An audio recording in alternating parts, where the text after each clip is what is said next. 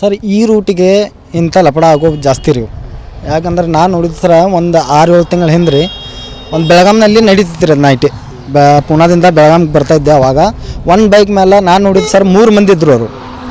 ಆಮೇಲೆ ಹಿಂದಿಂದ್ರೆ ನಾನು ಲೋಕಲ್ ಆಗಿ ಬೆಳಗಾಂ ಅಲ್ಲೇ ನಮ್ಮ ನಿಯರೆಸ್ಟ್ ಆ ತಮಿಳ್ನಾಡು ಗಾಡಿ ಇತ್ತು. ಅವ್ರಿಗೆ ಹೇಳಿದ ನಂತರ ಅವ್ರ ಗಾಡಿ ಸ್ಟಾಪ್ ಮಾಡಿ ಅವ್ರ ಬ್ಯಾಕ್ ಸೈಡ್ ಆಮೇಲೆ ಹೋಗಿಬಿಟ್ರು ಅವರು.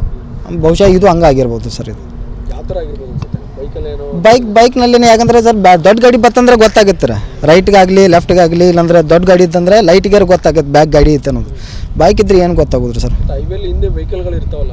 ಈ ರೋಡಿಗೆ ಜಾಸ್ತಿ ಇರೋಂಗಿಲ್ಲ ರೀ ಸರ್ ನೈಟ್ ಟೈಮ್. ಈ ಹೆಬ್ಬಾಳ್ ಟೋಲಿಂದ ಬಂಕಾಪುರವರೆಗೂ ಜಾಸ್ತಿ ಇರೋಂಗಿಲ್ಲ. ಭಯ ಅನಿಸುತ್ತೆ ಸರ್. ಏನು ಮಾಡ್ಬೇಕು ರೀ ಇಂಥ ಇದ್ರೆ. ಮತ್ತು ಕಂಪ್ನಿಯವರು ಒಂದು ಜವಾಬ್ದಾರಿ ಕೊಟ್ಟೆ ಮಾಲ್ ಕಳ್ಸಿರ್ತಾರೆ ರೀ ಕೋಟಿ ಗಂಟ್ಲೆ. ಮತ್ತು ಹಿಂಗಾತಂದ್ರೆ ಎಲ್ಲ ಡ್ರೈವರ್ಗಳು ಕಷ್ಟ ರೀ ಸರ್. ಇರ್ಫಾನ್ ಅಂತ ಸರ್. ಯಾವ ಥರ ಆಗೈತಿ ಗೊತ್ತಿಲ್ಲ ಸರ್ ನಮ್ಗೆ.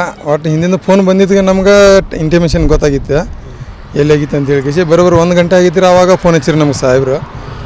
ಫೋನ್ ಹಚ್ಚಿಬಿಡಿ ಅಂದ್ರೆ ನೋಡ್ಕೊಂಡು ಅಂತ ಹೇಳಿದ್ರು, ಕಟ್ಟಾಗಿದ್ದು ಚೆಕ್ ಮಾಡಿರಿ ಅಂಥೇಳಿ.